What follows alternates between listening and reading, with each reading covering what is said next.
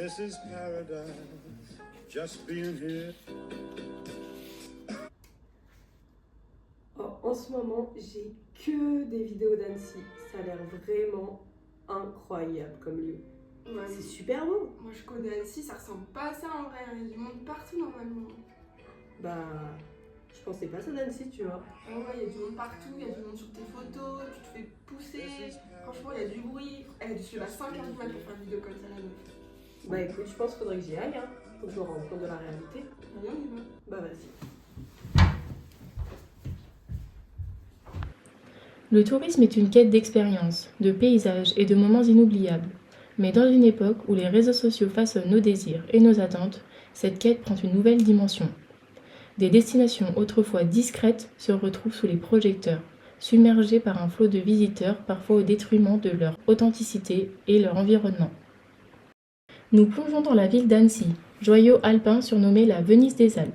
Autrefois prisée pour sa tranquillité, Annecy est aujourd'hui victime de son succès, largement amplifié par les plateformes sociales qui transforment ces paysages pittoresques en cartes postales virtuelles.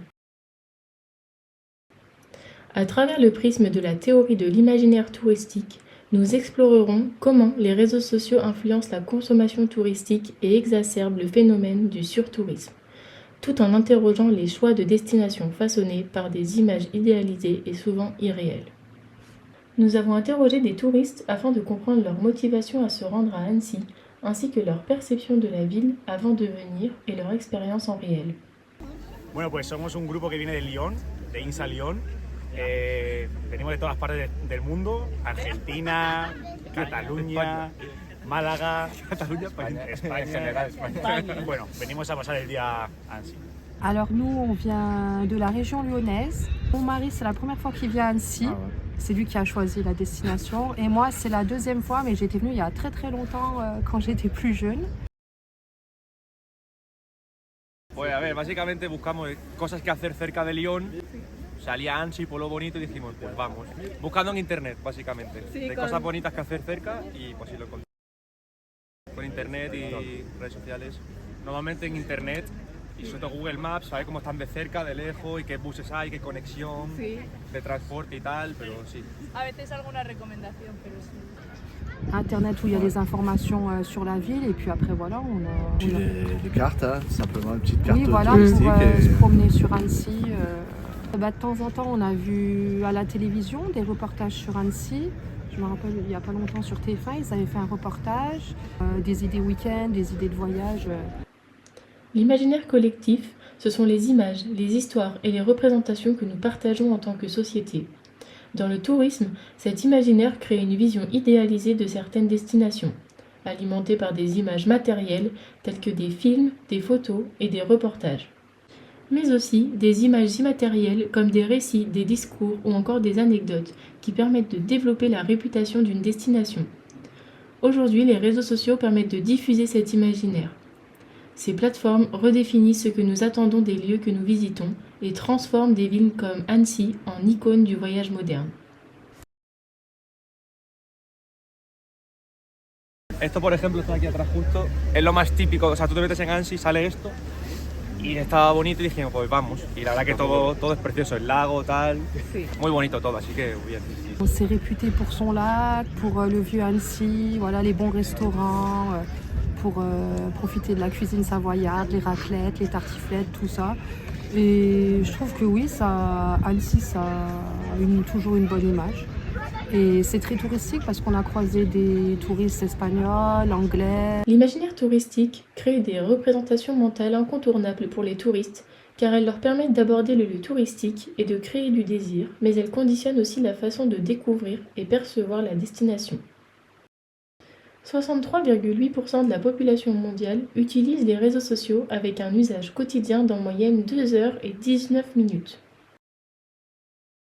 Les réseaux sociaux, avec leur flux constant d'images parfaites, construisent un imaginaire touristique collectif.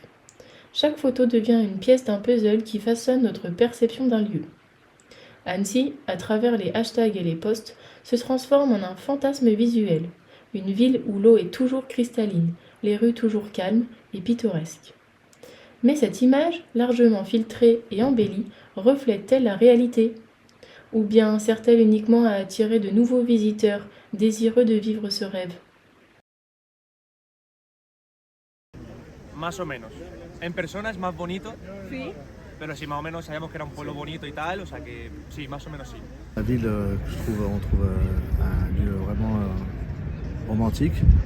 On est tombé sous le charme moi, en tout cas, la première fois, je suis tombé sous le charme de la ville, le lac, les montagnes, et puis le vieux Annecy, magnifique, avec tous les restaurants, les animations.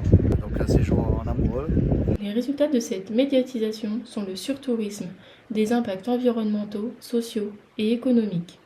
Dans un monde hyper connecté, les réseaux sociaux ne nous montrent plus seulement les lieux, ils nous dictent où aller. La FOMO, ou la peur de manquer quelque chose, se caractérise par le besoin de rester constamment connecté à ce que font les autres.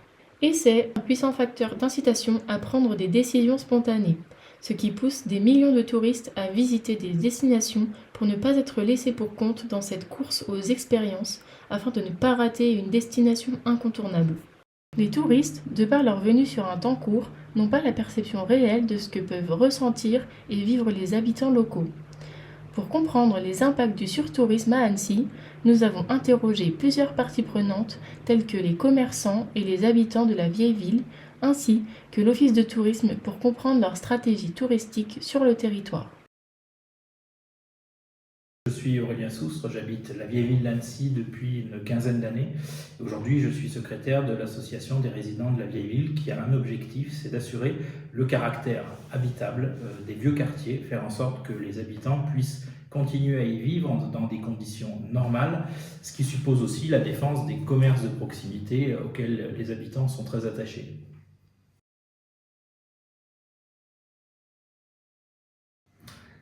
Il y a eu beaucoup de reportages sur Annecy, parce qu'il y a une antenne, je crois, de TF1 qui est basée ici. Et dès l'arrivée des beaux jours, on a des reportages idylliques sur Annecy, la destination, le lac, la pêche, les produits du terroir. Et on n'a pas besoin de ça aujourd'hui, il faudrait plutôt, comme le fait le Mont-Saint-Michel, s'inscrire dans une logique de démarketing. Au contraire, pour montrer qu'Annecy est surfréquentée, dégradée, qu'on a des difficultés à venir y circuler et y stationner, pour aussi être relativement honnête, loyal vis-à-vis des cibles auxquelles on s'adresse. Alors les actions concrètes, elles se situent à plusieurs niveaux. D'abord, on a des actions effectivement de discussion, d'échange avec les collectivités pour essayer de leur faire prendre conscience, entendre raison.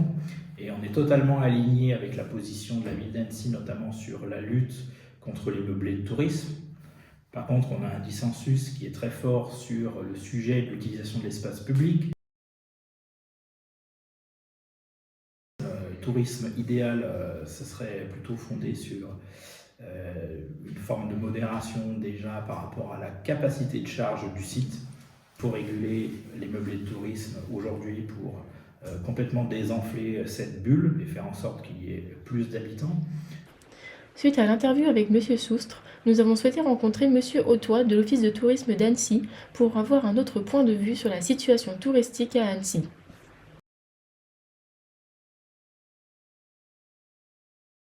Mission régalienne de l'Office de tourisme, notre rôle c'est bien de faire la communication du territoire.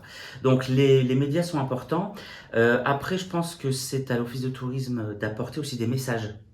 Donc là aussi l'Office de tourisme travaille sur une déconcentration de l'activité, puisqu'en fait on va partir du principe très simple que les gens, s'ils viennent à Annecy, ils connaissent le lac. On n'a pas forcément besoin nous d'en faire la promotion. Par contre, on peut expliquer qu'il y a énormément d'activités autour.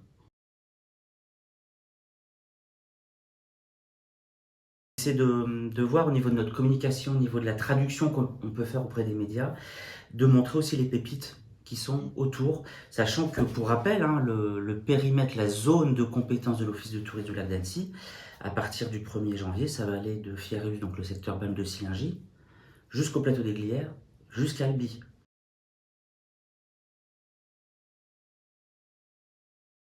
Le travail quotidien de l'Office de tourisme sur ses comptes Instagram et Facebook, c'est effectivement d'aller sur cette stratégie d'ouvrir la destination autour du lac.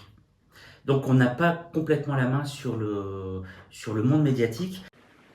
Annecy, comme tant d'autres villes à travers le monde, est devenue le reflet d'un tourisme en quête d'images parfaites, façonné par les réseaux sociaux.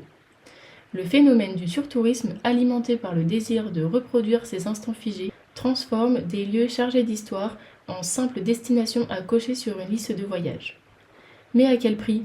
Si les réseaux sociaux continuent de façonner notre imaginaire touristique, ne risquons-nous pas de perdre l'essence même des lieux que nous cherchons tant à découvrir ? Ce film n'est pas seulement un constat, mais un appel à réinventer notre façon de voyager. Peut-on imaginer un futur où le tourisme se fait dans le respect des habitants, des cultures et des environnements locaux ?